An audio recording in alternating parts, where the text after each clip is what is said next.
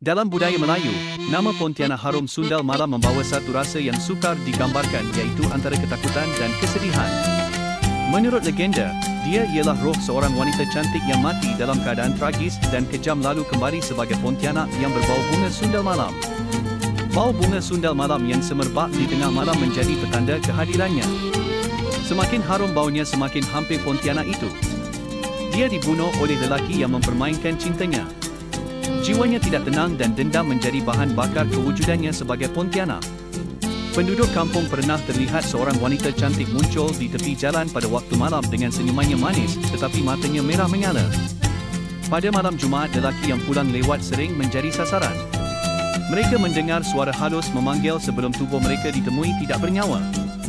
Jangan sesekali ikut bau wangi yang datang secara tiba-tiba pada malam hari itu, mungkin petanda bahawa harum sundal malam sedang memerhatikan anda.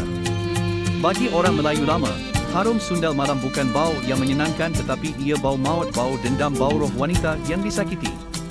Walaupun zaman moden, kisah ini masih diceritakan dari generasi ke generasi sebagai amaran dan sebagai simbol wanita yang dikhianati. Tiada siapa pasti di mana roh harum sundal malam berada sekarang. Tapi jika anda tercium bau wangi yang tiba-tiba, berhati-hatilah. Pontianak Harum Sundal Malam bukan sekadar kisah seram, tapi cerita seorang wanita yang cinta dan hidupnya diragut dan kini hanya dendam yang tinggal. Pernahkah anda tercium bau sundal malam tanpa sebab? Atau mendengar kisahnya dari orang tua? Kongsikan pengalaman seram anda di ruangan komen.